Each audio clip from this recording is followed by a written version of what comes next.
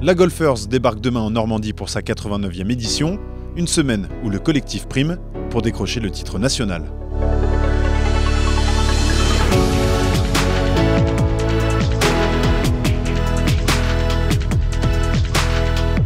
C'est donc un baptême pour la Golfers en Normandie puisque le tournoi investit pour la première fois de son histoire le golfe d'Omaha Beach. C'est plus précisément sur le parcours du Manoir que les 16 équipes de première division se disputent sur une semaine le titre de championne de France.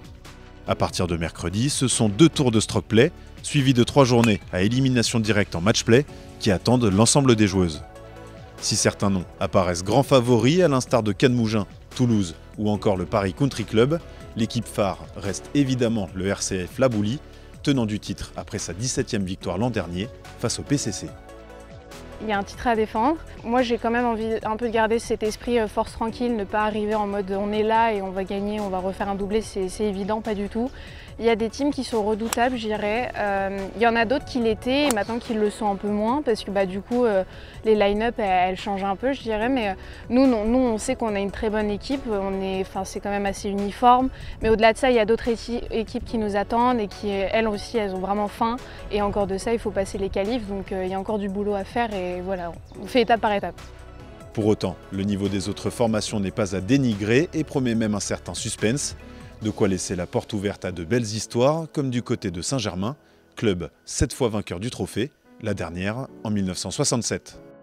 Ce serait chouette de ramener enfin le trophée à Saint-Germain, mais de toute façon il y a une grosse part d'inconnus puisque les match-play il peut tout se passer. Et déjà on a les premières phases de stroke à jouer, donc ça va commencer par là. On a 2 tours de stroke à faire, se qualifier dans les 8 pour ensuite jouer les match-play, mais non, pas de pression parce que en fait il n'y a que du plaisir, on a une super harmonie dans l'équipe, donc on s'entend bien, il y a un vrai mélange générationnel, on est 3 midames et pas mal de jeunes, enfin 4 midames avec notre capitaine évidemment et pas mal de jeunes, et du coup c'est vrai que c'est sympa de mixer un peu les générations.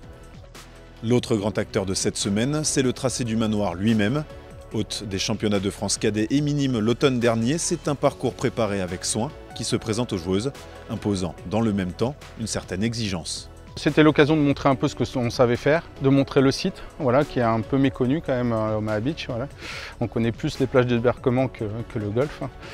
Le parcours en lui-même, après, il se défend très bien, tout est bien positionné, les obstacles sont très bien positionnés, avec des roughs assez denses, très denses.